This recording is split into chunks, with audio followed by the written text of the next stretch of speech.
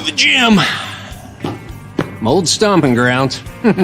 Hank Patterson, fly fishing guide. Riley Smith, tight end. Yeah, I appreciate that. Hey, you wouldn't happen to be the kicker? No, tight end. Again, thank you. I'm looking for a kicker for Lithia Ford's fall kickoff sale. But you're not the kicker. No. Yeah. Nah, the kicker's probably taller and in a lot better shape. So, okay. What position do you play? Tight end. Squats. Yeah, try it sometime. I may be retired, but I still have finances to manage. With direct deposit and automatic payments, ICCU makes it easy to spend less time banking and more time baking. RowPaint.com, the official paint and coatings company of Boise State Athletics, is going all in this season with an all-star lineup. First up, he led the Broncos to 3 conference championships and 10 20-win seasons. It's Coach Leon Rice. Next, he's the founder and CEO of RowPaint.com. He played a little basketball in high school on the driveway with his mom. It's Andy Rowe.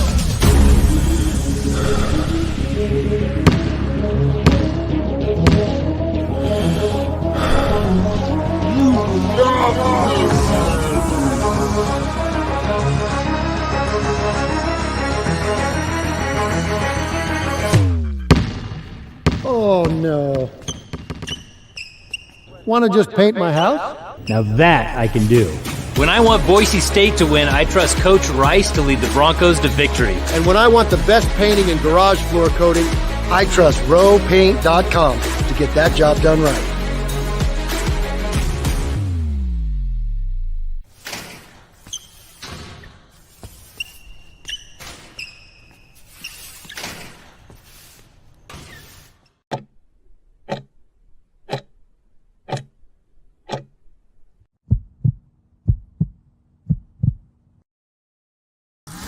This is Bronco Nation News Live. The best interviews, the most informed opinions, the latest breaking news, all from the top Boise State insiders. Today's broadcast is coming from the Cutwater Spirits Canned Cocktail Studios. Check out one of their more than 30 flavors of pre-mixed premium cocktails at your local gas station or grocery store. Cutwater Canned Cocktails is perfect for your next game day tailgate party. Now, here's 4-time NSMA Idaho Sports Writer of the Year, BJ Rains, with another edition of Bronco Nation News Live. Hey, how we doing, Boise State fans? Welcome on in. Bronco Nation News Live here at BroncoNationNews.com. Jay Tust going to join us here in just a second. Apologize for the early start today. Still have a nice crowd watching, but if you're watching this later because you're tuning in at 9 and the show's already over, I apologize. But we've got Andy Avalos talking down on the blue. We've got Leon Rice and Roddy Anderson talking today. Just a lot going on for Jay and I today, so we wanted to knock this out a little earlier than usual. So a lot to discuss with Jay Tust, a lot to discuss with you in terms of the football game tomorrow, the motivation for this team to finish strong, and obviously a big game on Sunday for the basketball team as well. Quick reminder, Mike Sanford Jr., he's probably at the airport about to be on his flight. Mike Sanford, I said Mike Sanford Jr., he is just Mike Sanford. He's coming to the James on Saturday, so tomorrow, hope you guys will come down around 4 o'clock. We'll be live 4 to 5:30. We would love to see you guys at the James. We're going to have Corey Hall stop by, Dryzen James, a lot of former teammates of Mike Sanford's. So it's going to be a fun happy hour, see who shows up, see who comes on the air, and we'll be live from 4 to 5:30 on the pregame show, and we would love to have you guys stop by the James tomorrow, meet Mike, take a picture. We'll be out on the patio. It's going to be a lot of fun, so we are looking forward to that as well. We bring in the great Jay Tust, sports director at KTVB. Jay, I apologize to you and Camille and the kiddos for the early start time today, but a lot going on and just kind of easier to knock it out now. And we're going to hear from Leon and hear from Andy and just a busy Friday ahead of a busy weekend here. How you doing? Yeah, late night, early morning once again. The Mayor's Cup was last night between the College of Idaho and NNU. What a game. and then you got up by 12, and then College of Idaho rallies back to win by 15. It's good ball club over there, man. The Yotes know how to get it done, and a great small college basketball atmosphere at the J.A. Albertsons Activity Center. Now we get to see if it transitions over to the X on Sunday for some more basketball between San Francisco and Boise State. Jay was just getting his pipes warm, just getting back in the swing of things before he gets back on the call for the Boise State games here pretty soon. But by the way, Jay, I see you drinking your Bronco Brew coffee there. So folks need to don't forget about Bronco Brew coffee. We told you about them yesterday in this current NIL landscape. This is a very important product here, as they have paid to partner with Boise State, and they are literally putting $2 or $3 of every bag of coffee into the pocket of a student athlete at Boise State. I know Markel Reed is on there for the football team. Kobe Young, Sam Winter are on there for the basketball team. A lot of the Olympic sports athletes as well. So check them out. BroncoBrew.coffee is the website. BroncoBrew.coffee. It is roasted to order, delicious coffee that is helping and support Boise State University athletics with every sip. Again, check them out. Make the switch today. BroncoBrew.coffee. Jay, one of those mornings, like you said, late night doing the game, but a lot going on. And I got up at 5:30 this morning trying to get my story going, and I was listening back to some of the quotes, some of the players today, and we'll start football here ahead of the game tomorrow. And I'm kind of writing about just the motivation of this team to finish strong, and what is left for them to fight for. What are they playing for? What is the mindset of this team? And I'm going to be honest, when most of the guys said the right thing, did this, but two times, once with Michael Callahan, once with George Chalani, they started to answer it and had to stop and change it, because Michael Callahan said, or I think that the term by George Chalani was most of us. And he said, well, all of us, the guys that are talking are bought in. And Michael Callahan said a similar comment where at first didn't necessarily say that the entire team was bought in, but then said, no, all the guys are ready to do this. And, Michael Callahan had a somewhat subtle shot at Eric McAllister, deciding to leave the team. He said, we know that grown men are going to finish what they start. Just your take on the EMAC situation, how that's carrying over into the locker room. These guys are friends of his. We don't know if other players are also thinking about doing the same thing, and where just guys' heads are at this point. I don't know if the McAllister thing by itself was a quote, distraction, but you're 4-5, you're fighting for a bowl game. Now you got to answer questions about this all week. And I know there's got to be other players, at least one in particular that's probably fielding similar offers with an extra zero attached to it, maybe than Eric McAllister was. So just all the behind the scenes stuff. What do you make of that? And what kind of focus do you think this team has coming into the game tomorrow? It's going to test them about as much as they've been tested all season long, I think. There's no way this can't be a distraction. You lose your leading wide receiver, one of the more explosive players on your team, one of the most consistent players on your team in a season where, it's kind of been harped on us or relayed to us and harped on the team about their consistency or lack thereof at times. So there's no way this can't be a distraction. I think that years from now, once this does become a normalized thing, and unfortunately it will be normalized, that it'll be a little bit easier to move through this stuff and navigate it. But for right now, it's a distraction because it's the first time that it has significantly impacted the Boise State football program in a negative way. Yes, Hank Bachmeier left in the middle of last season, but that kind of felt as unfortunate as the timing was of that. It just kind of felt like it was the right decision for everyone involved, in all honesty. This one, not necessarily the case, the right decision for everyone involved. Boise State is significantly hurt by his departure, and Eric will, be better for it in terms of, his bank account probably. Yeah. But it's the first time that it has negatively impacted the Boise State football program. And there's no way that it can't be a distraction. Can it be a rallying point? Maybe.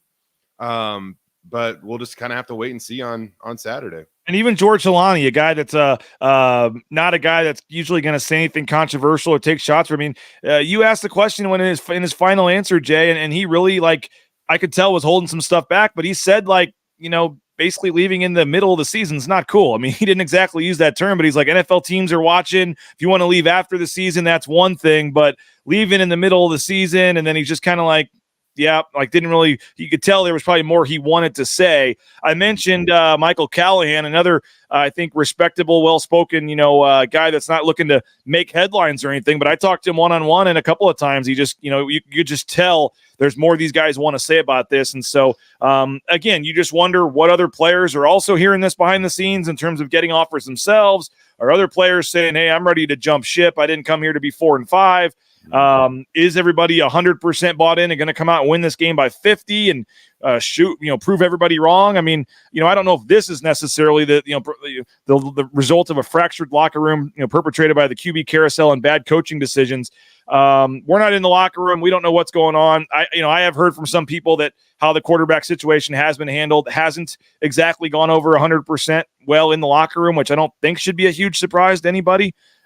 Particularly with the way that the first play happened in the last game and then switching right away. There were some, my understanding is that maybe wasn't well received by some in the locker room, which, again, I don't think that should be some big shocker or surprise. But I guess we'll find out tomorrow at 8 o'clock, Jay. And I don't, we'll find out about the status of Ashton Jeanty. We've talked about it all week. I don't remember if I talked to you about this earlier in the week or not, but I mean, Prater and Johnny both think there's a decent chance we don't see Ashton Jeanty take another snap for Boise State.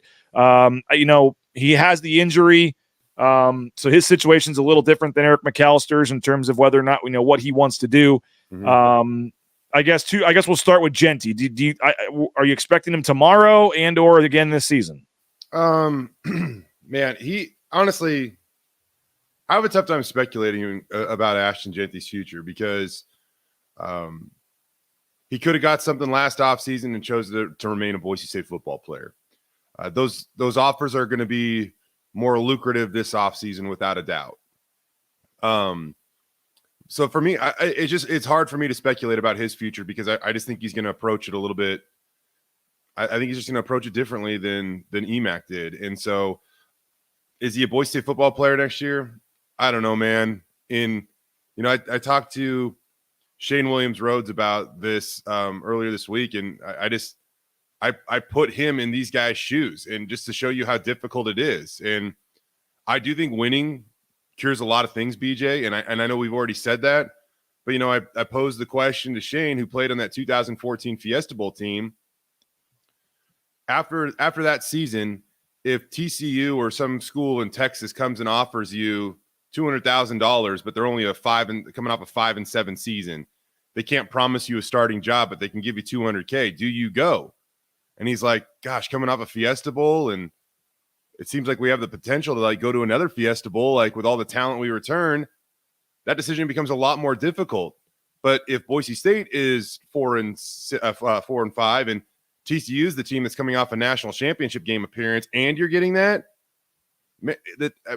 Just saying it out loud, it makes the decision for you, right? Yeah. And so it's tough for me to say with Ashton Jeanty, given the current rules, man. I know Bronco Nation isn't going to like to hear this, but he deserves to do whatever he wants. He's been loyal, he's been consistent, he's developed, he's been a great teammate, and super, super productive. So he deserves to do whatever he wants, and I don't know what Boise State's doing behind the scenes to try to take care of that guy, but it better be a whole hell of a lot. Well, let's spin it forward. Let's talk Prince Strawn, Austin Bolt, what this means for this offense for tomorrow night's game against New Mexico. We'll do that next in 90 seconds. Don't go anywhere. This is Bronco Nation News. All Bronco Nation News broadcasts come from the Cutwater Spirits Canned Cocktail Studios. Check out one of their more than 30 flavors of pre-mix premium cocktails at your local gas station or grocery store. Cutwater Spirits, perfect for your next game day tailgate party. Our title sponsor is rowpaint.com. For all your commercial, industrial, residential painting needs, check out rowpaint.com. Don't forget about their concrete coatings. Transform that ugly concrete slab on your back patio in your garage in just one day. Contact rowpaint.com for a free estimate today. The official paint and coatings company of Boise State Athletics, and our title sponsor at Bronco Nation News is rowpaint.com. Idaho Central Credit Union's been helping members achieve financial success for more than 80 years. There's an ICCU branch on almost every corner, but the closest is in your pocket with free eBranch mobile and online banking. See why more than 500,000 members love ICCU and join 1 in 4 Idahoans by making the switch today at ICCU.com. Since 1984, Ridley's Family Markets has prided itself on being a hometown food and drug store that employed value members of the local community. Ridley's Family Markets has 13 locations in the state of Idaho and many more in the surrounding states. Download the new Ridley's app to your smartphone, get savings up to 40% off at the checkout line, and find a location near you at shopridleys.com. Former Bronco Matt Bauscher is once again the number 1 ranked realtor in the Treasure Valley. No home is too big or too small for Matt and his team. Let them fulfill all your real estate needs at BauscherRealEstate.com. By the way, Jay, I just had like the 9th person try to correct me on Twitter. I put a picture near your house, actually, of a new fast food joint coming to town at the Village in Meridian. And I said, what a sight to see in Boise, Idaho, of the thing. And I've had a state senator from Meridian, and I've had several others point out, I think some serious, some jokingly, that it is in Meridian, Idaho, not Boise, Idaho. Yeah, it get the point. It could not be closer to the border, though. Where is the exact border? It's hundreds of feet away. Yeah, from that location. Maybe a couple hundred yards, actually. I just the first person I thought was being a troll, and then I've literally gotten like 10 of them. Like I know the geography, I know that's technically Meridian. I still say I live in Boise when I live in Meridian. When I tell people from Missouri or wherever else I live, I say I live in Boise, Idaho. I don't say I live in Meridian. Or oftentimes when I tell people where I'm from or where I grew up, if I know they're Northwestern or Northwesterners or Northwest people, whatever. Excuse me, I'll say Tacoma. Sure. Or like if I was meeting you for the first time being from St. Louis, I would just say Seattle. So I apologize to the state senator from Meridian that's very proud that it's in Meridian. He posted everybody else. It is in Meridian. I apologize for that. Either way, looking forward to it opening, but we'll move on. All right. Austin Bolt, Prince Strawn. I kind of wrote this at BroncoNationNews.com. You can go read it, folks. But Jay, this is kind of what fans have wanted.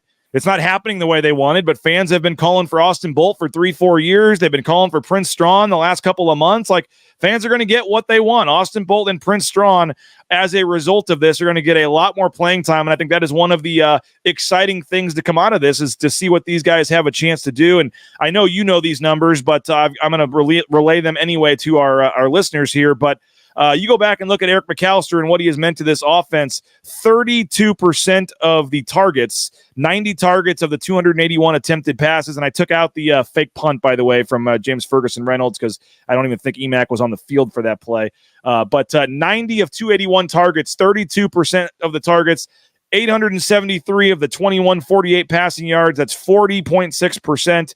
And 5 of the 13 passing touchdowns, 38.4%. So you're talking about a guy that's, if you want to average it together, Jay, literally essentially a third of your passing game by one guy. And, the targets were, we talked about the 19 targets, but 4 times he had over 10, averaged exactly 10 targets a game I know some stats changed, but I went back and looked at the PDF stats after each game. So the initial numbers had 90 targets in 9 games. So you're literally talking 10 passes a game on average that are going to go to somebody else now. So I know Prince and Austin, excited to see them, but even other guys, that are already playing are going to have a chance for more action as well.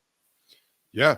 I don't think this is necessarily as doomsday as, well, I don't want to phrase it like that either, because losing Eric McAllister is not going to be a good thing. Like, it's not going to be a good thing, but I'm excited to see these guys step up. Man,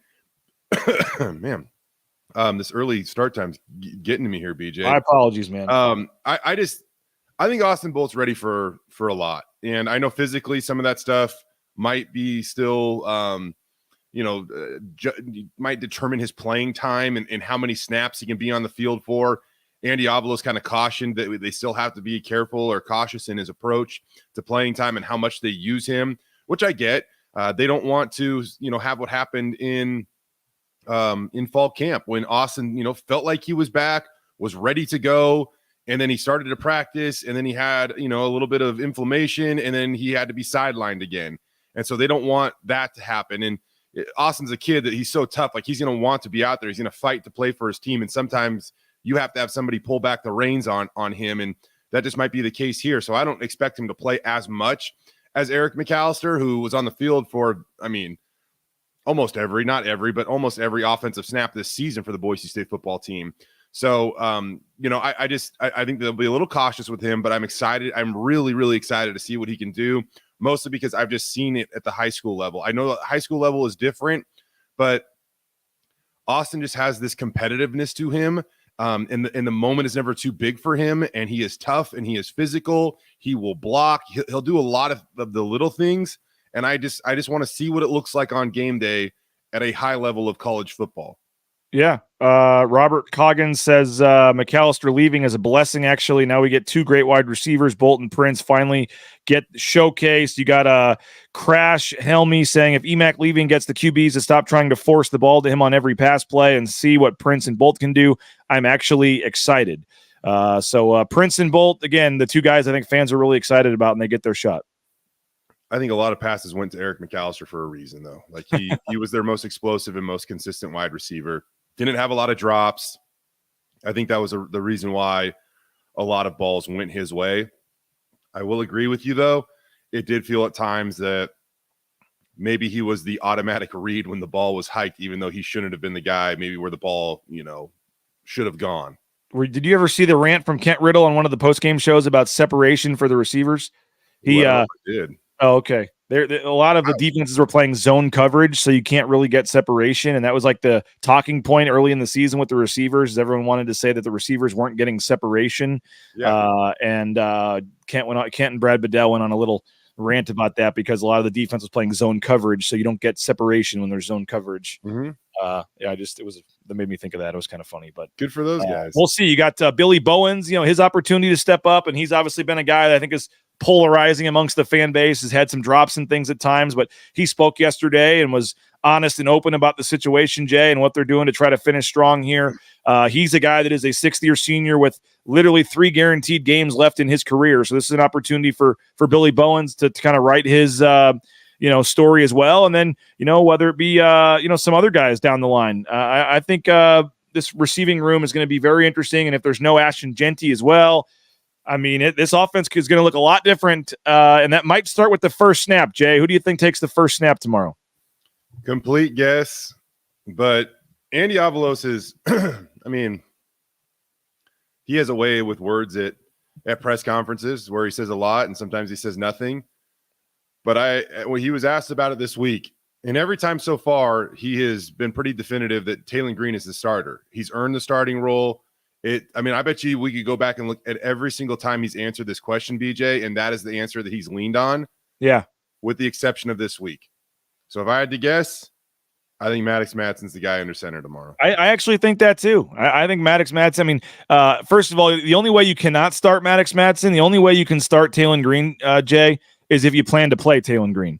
Mm-hmm. I'm not saying they saw this, but maybe, again, I don't think that they think this, but you could have looked at Maddox Madsen's performance. Hey, we gave him a chance to make a lot of throws, and he almost had about 3 picks, and maybe he didn't have the best game of all time passing the ball. Made some nice throws, had the running touchdown. Like, he did some things nicely, but if you wanted to, you could look at that game and say, okay, we gave Maddox a shot. Let's give Taylon his shot, and maybe you start Taylon and let him play a good chunk of the game. But if you don't think that, and the plan is still to have Maddox Madsen be the primary passer, then you cannot start Taylon Green in this game tomorrow. I personally think. Is that fair to say, though?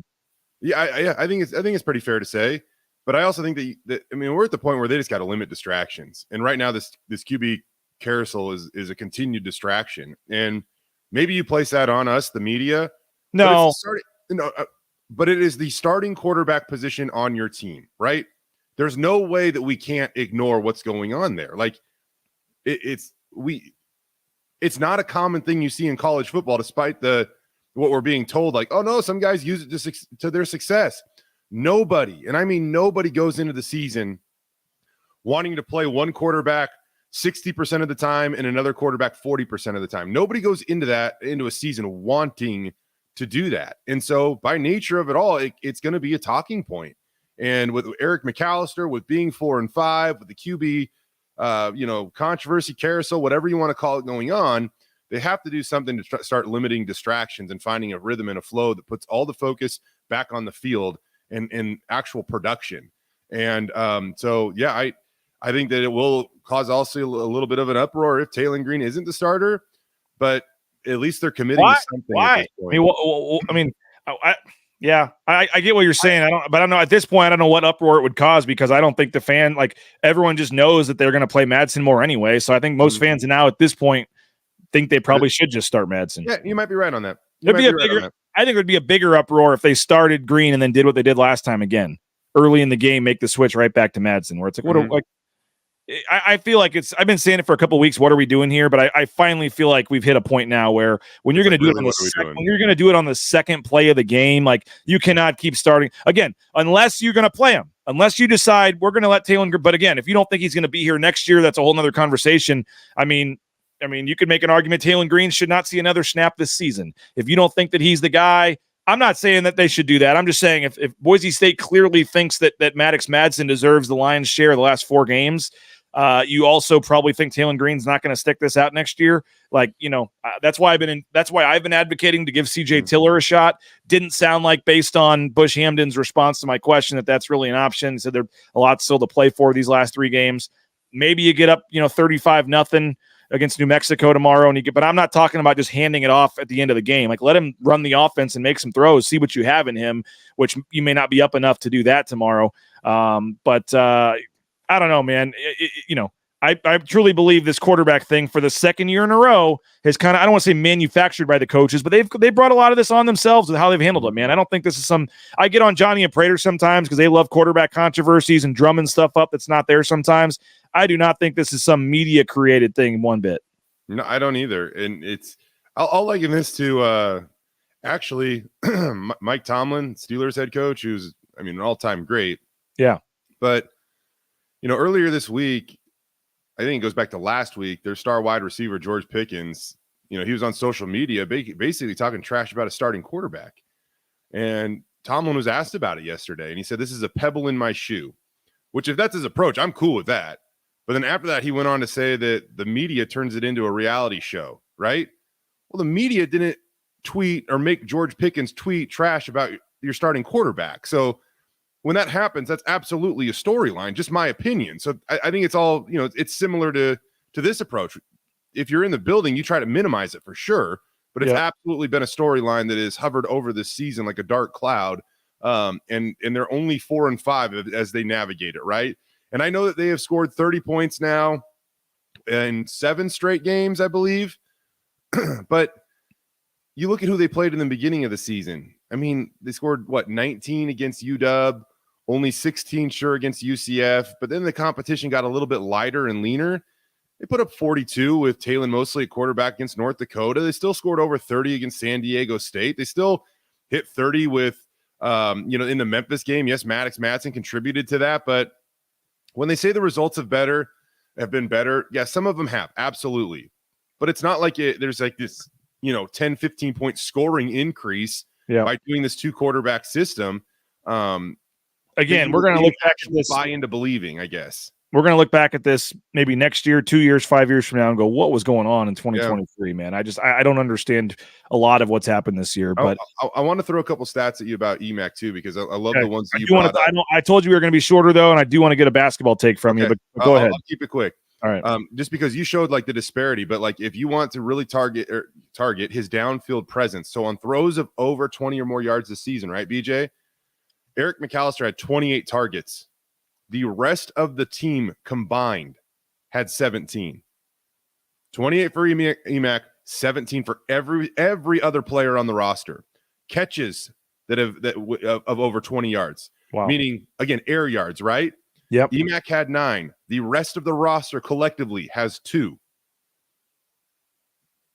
Steph Cobbs had 1. Yep. Good call, man. Yeah. In the Washington game. Yep. North Dakota was another one. Young wide receiver.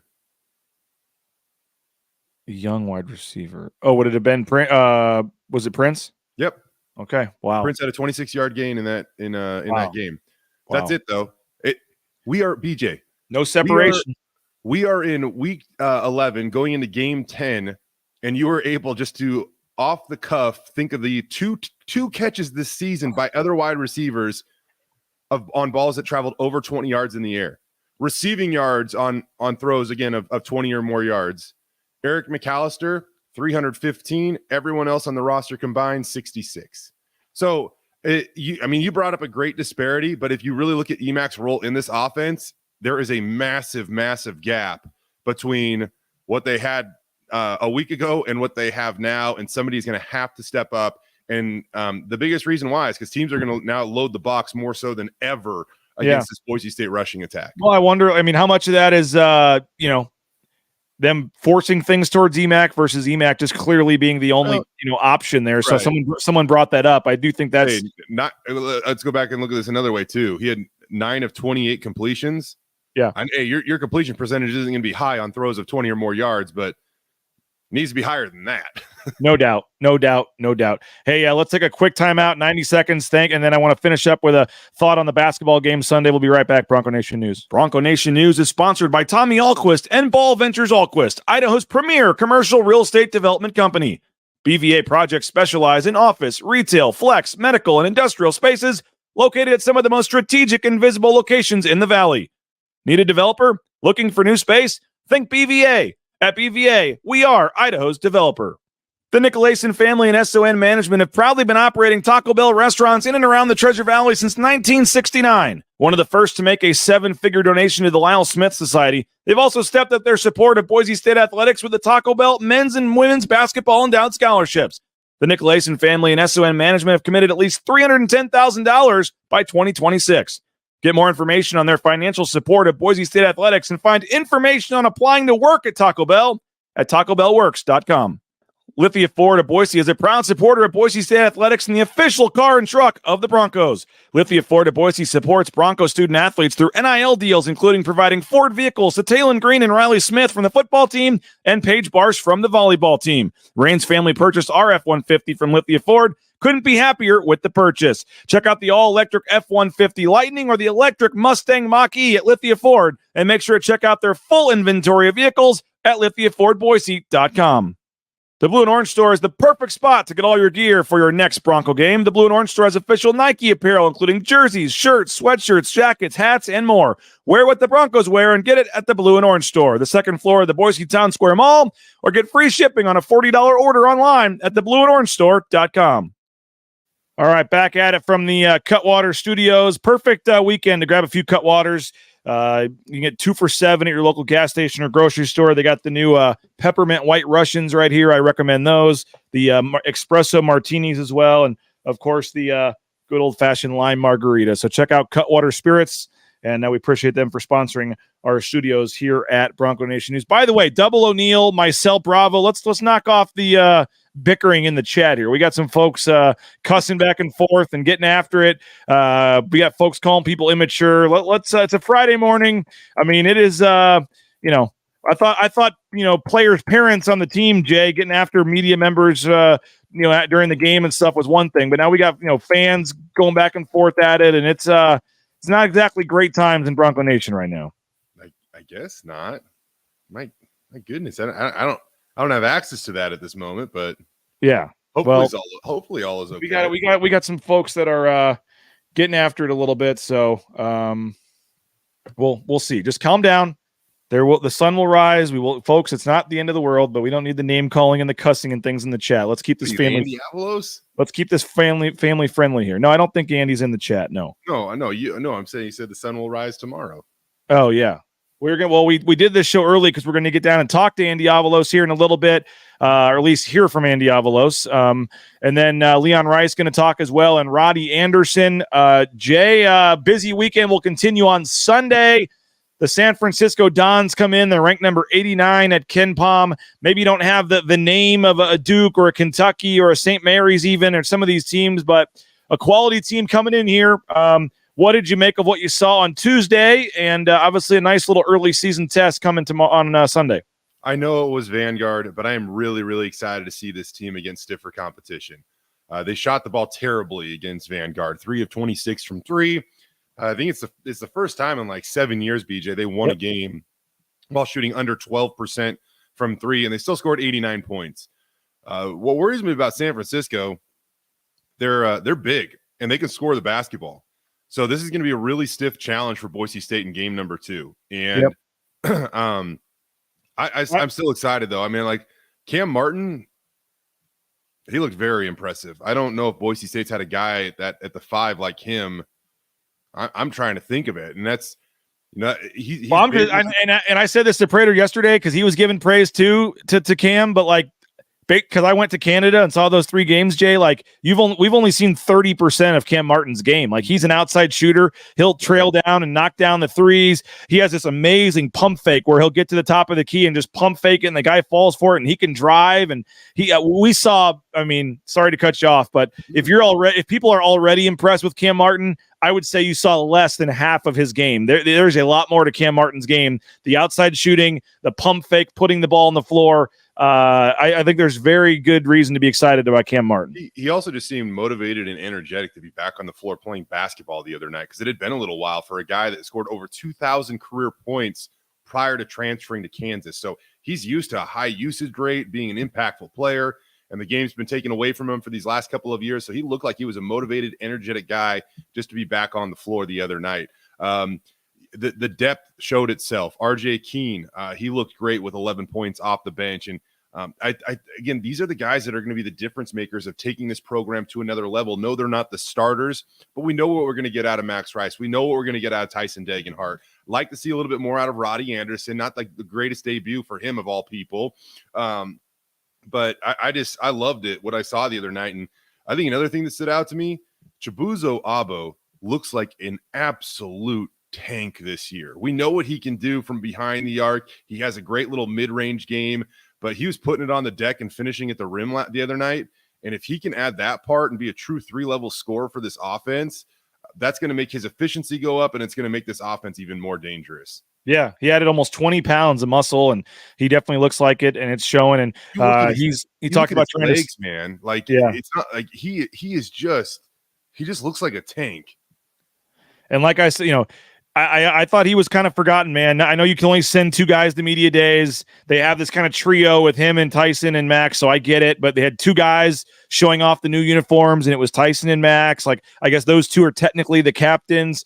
But I feel like, Chibuzo Abo is kind of just sitting there. Hey, what about me? And he got off to it. He showed that pretty nicely in that first game. And I'm not worried one bit about the 3 for 26. I actually said it was encouraging that you can go 3 for 26 and still score 89 points.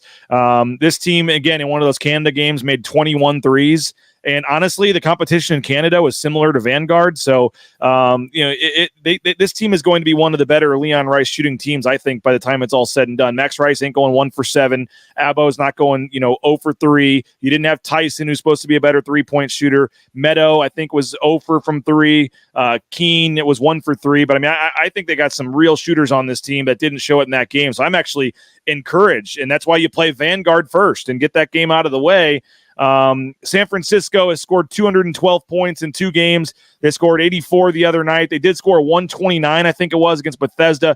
But just to couch that a little bit, as somebody pointed out, San Jose State then played Bethesda and scored 100 and something themselves. So maybe Bethesda's defense is just absolutely terrible. But with that said, a team averaging 106 points is coming in to Extra Mile Arena on Sunday. I know Sundays, Jay, in this town is tough on crowds at times, but you would think this would be a one of the more marquee games in Extra Mile Arena for the next 2 months, going into conference play. We'll see what kind of crowd they get on Sunday. Hopefully it's a good crowd, because this is going to be a really good college basketball game in early November. And I think we talked about this on Tuesday.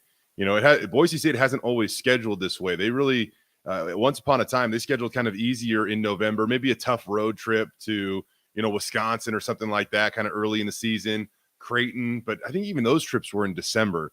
And so this is kind of a unique matchup where a good quality opponent is going to come into Extra Mile Arena and face a really good Boise State men's basketball team. I mean, this is comparatively, BJ, this would be like, a top of the tier, Boise State team in the Mountain West Conference net wise, facing a team that you would expect to be in the middle to upper part of the Mountain West Conference, a Colorado State or something like that. So yeah, this will be a really tough game for Boise State. Yeah, no doubt. New Mexico, a couple people asked about that. They did lose to St. Mary's last night, but they did not have Jalen House in that game, which is a big factor in that game. So no Jalen House, and New Mexico did lose that game to St. Mary's. But with that said, St. Mary's looks like that's going to be a really, really hard game coming up. Someone's asking, Jeremy, am I going to the Orlando tournament? Yes, I am going to Clemson and the Orlando tournament. So we'll be at all 4 of those games coming up here in the next couple of weeks.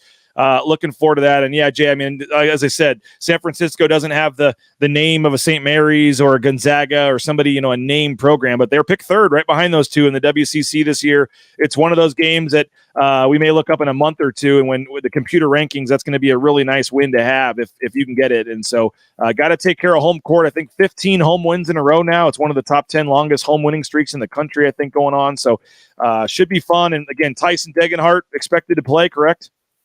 That's what it sounds like. I've seen the mask, by the way. Have you seen the mask? Did they go with the dark one?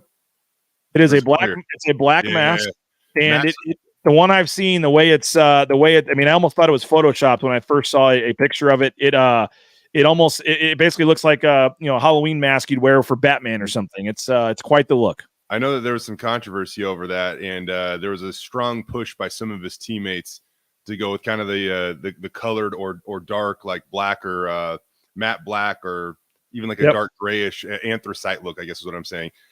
So apparently he listened to his teammates on that one. I would fully expect him to play, though. Yeah, I think not playing against Vanguard, if that's a league game, Tyson Degenhart's out there.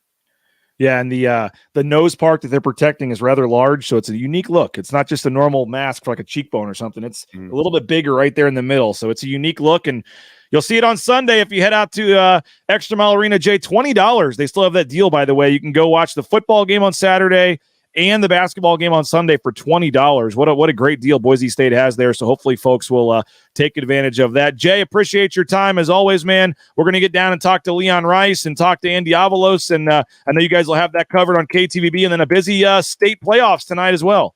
Yeah, Eagle trying to clinch a spot in the state championship there at home. Meridian goes out on the road. Could be an all 5A SIC state title game if those 2 teams get it done. And then Bishop Kelly, they've been an absolute juggernaut this season. They get to host a state semifinal playoff game at the 4A level. And then Homedale, Saturday kickoff. So that's going to be a little challenging for us with the Boise State game, but we'll see if we can get out to Homedale and cover the Trojans. Yeah, I was going to say, you didn't say that with a ton of enthusiasm. Saturday kickoff. That really makes it a pregame, be at work till 2 a.m. the night working on the pregame show, back at about 7 a.m. to finish up and host it at 9. And then we get a little bit of a break in the middle, but we got to cover the game that night as well. So just kind of makes for a little bit of a long day. But hey, come on, home. You want to get on KTVB? You don't play on Saturday. Come on. They should listen to you, but whatever. All good. It is a really fun, energetic time of the year where we get the overlap. It does make for long days, but it's a lot of fun. Well, watch KTVB tonight. They'll have you covered for the high school football. You'll also hear from Andy Avalos, Leon Rice. Get you set for tomorrow. Are you 9 a.m. again tomorrow, Jay? 9 a.m. tomorrow, live on Channel 7. And then we'll be at 4 o'clock from the James. Hopefully, folks will come join us. Mike Sanford's going to be over there. Kent Riddle and a lot of former players are going to come stop by and jump on. I know Corey Hall and Dryzen James for sure. We'll see who else stops by. So come on by tomorrow, 4 o'clock out on the patio at the James. Hang out, meet Mike Sanford. And we're looking forward to that 4 o'clock tomorrow at the James after you've watched the 9 a.m. show on KTVB. So have a great rest of your Friday. We'll be talking to you soon. Bronco Nation News, BroncoNationNews.com. You looking for a new job? Well, how about getting into the trucking industry? Our friends at Transportation Compliance Service can help you every step of the way, whether it's the big rig on your screen, the Amazon truck in your neighborhood, all the paperwork, all the things you need. Let them help you out. Transcomservice.com. They'll have you out there towing that first load in no time. Transcomservice.com. United Commercial Insurance makes business insurance easy. They can write business policy insurance in 44 states around the country. UnitedCommercialInsurance.com. Give them a call, 229-8222. Bronco Nation News, a proud client of United Commercial Insurance. We highly recommend you do as well at UnitedCommercialInsurance.com. The Raines family is happy to have made the switch to Boise Dentistry Co. Highly recommend you do as well. Dr. Miner and his staff, full family dentistry for the whole family. They make it an enjoyable experience to go to the dentist, and we highly recommend you check them out. 5 locations in the Treasure Valley. You may think you're happy with your dentist. You'll be even happier if you make the switch to Dr. Miner and Company. Check them out online, BoiseDentistryCo.com. The pounds continue to fall off, and it's thanks to Dave and our friends over at Lean Feast. Check them out, leanfeast.com/Meridian.